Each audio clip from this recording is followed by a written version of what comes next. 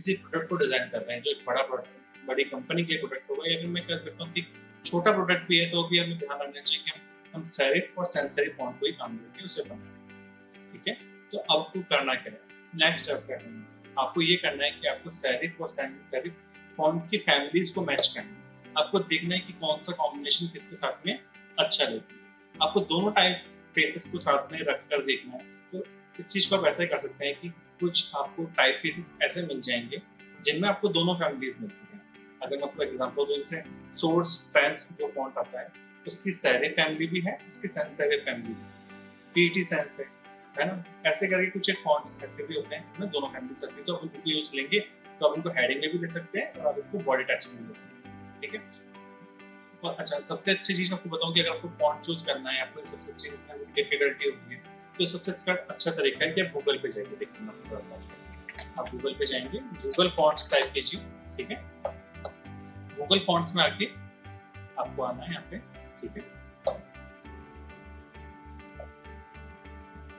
आपको कैटेगरीज पे क्लिक करना है। ठीक है, यहाँ पे आपको सारी कैटेगरीज का ऑप्शन मिलेगा। ठीक है, अब होता क्या है कि आप फॉन्ट कहाँ ढूंढेंगे, है ना। तो सबसे अच्छा बेस्ट प्लेटफॉर्म है वो गूगल है। यहाँ पे आपको सारे सेटिंग्स भी मिल जाएंगे और आपको इस लेसन के अंदर इजीली समझाने में भी गूगल आपकी हेल्प अच्छी कर सकता है। ठीक है, अगर देखिए, अगर मैंने जैसे सेरिफ और सैंस सेरिफ हटा दूँ और मैं अगर आपको केवल डिस्प्ले हैंडराइटिंग फॉन्ट दिखाऊं, देखिए ये होता है। ठीक है, ये स्टाइल से दिखने और अब हमें देखना है यहाँ पे सेरिफ और सैंस सेरिफ फॉन्ट्स के बारे में। तो देखिए सेरिफ फॉन्ट लास्ट में कोने में लाइन आ रही है ना, सब में लास्ट में एक स्टाइल से लाइन आती है, कोने में शार्प लाइन आती है। और वहीं पे हम सैंस सेरिफ फॉन्ट को देखते हैं क्लीन, सारे एजेस वगैरह हर चीज क्लीन है ना, इनमें कोई लाइन लास्ट में कट नहीं होता, क्लीन दिखने में एकदम क्लीन होते हैं। ठीक है, तो हमें आपको क्या करना है कि आपको यहाँ से सेरिफ और सैंस सेरिफ चूज कर लेना है। ठीक है, आपको फॉन्ट की प्रॉपर्टीज में आना है। आपको ये ध्यान रखना है कि आप जो फॉन्ट की प्रॉपर्टीज चूज कर रहे हैं इसमें एटलीस्ट 4 तो इसकी स्टाइल होगी, 4 उसकी फॉन्ट की स्टाइल होनी चाहिए। जैसे कि आप एग्जांपल के तौर पर अगर मॉन्टसेराट आपको फॉन्ट लेना है, ठीक है, तो मॉन्टसेराट में एटलीस्ट आपको देखना है कि जो भी आप फॉन्ट चूज करें उसकी 4 फॉन्ट फैमिली, पहली उसकी होगी रेगुलर, दूसरी होगी इटैलिक, तीसरी होगी बोल्ड और चौथी होगी बोल्ड इटैलिक। ये सब में होना ही होना चाहिए। ठीक है ना, तो ये मैंने आपको फॉन्ट को चूज करना बता दिया।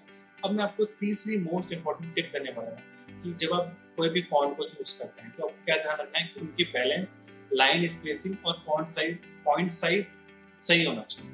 कैसे कि जब भी आप एप्लीकेशन डिजाइन करते हैं, हम प्रोडक्ट में रीडेबिलिटी को मेंटेन करने के लिए ये हमेशा ध्यान रखते हैं कि आप लाइन हाइट, फॉन्ट की साइज को हमेशा मेंटेन करें। तो अगर मैं आपको एग्जांपल के तौर पर बताऊं तो आपकी जो बॉडी होगी उसका फॉन्ट साइज कितना होना चाहिए, उसका फॉन्ट साइज आपके पास में अप्रॉक्स होना चाहिए 14 पिक्सल से लेकर 25 पिक्सल के बीच में।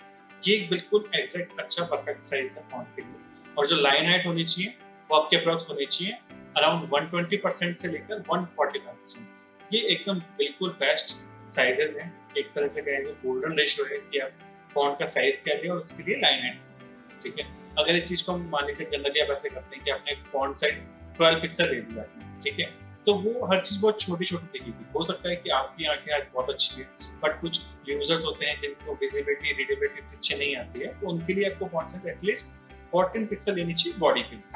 ठीक है, और लाइन हाइट मैंने आपको बताया कि 120% से लेकर 145% के बीच में होनी चाहिए। इसके बाद जो हमारी फोर्थ जो लास्ट टिप आती है वो आती है line length answer. Line length का क्या है कि आप ऐसा मान लीजिए कि आपको बहुत सारा कंटेंट आपके पास में ना, बहुत सारा टेक्स्ट आपके पास में, तो उनके बीच में, उनके साइडों में आपको एक स्पेसिंग मेंटेन करनी है। ठीक है, ये स्पेसिंग आपको ये ध्यान रखना है कि ऐसा ना हो कि आप एक पूरी की पूरी कहानी, एक पूरा पेज एक साथ ही लिखते हैं। आपको क्या करना है कि आपको उनके टुकड़े करने हैं। आपको उनको 40, आप मिनिमम टू मिनिमम 45 कैरेक्टर,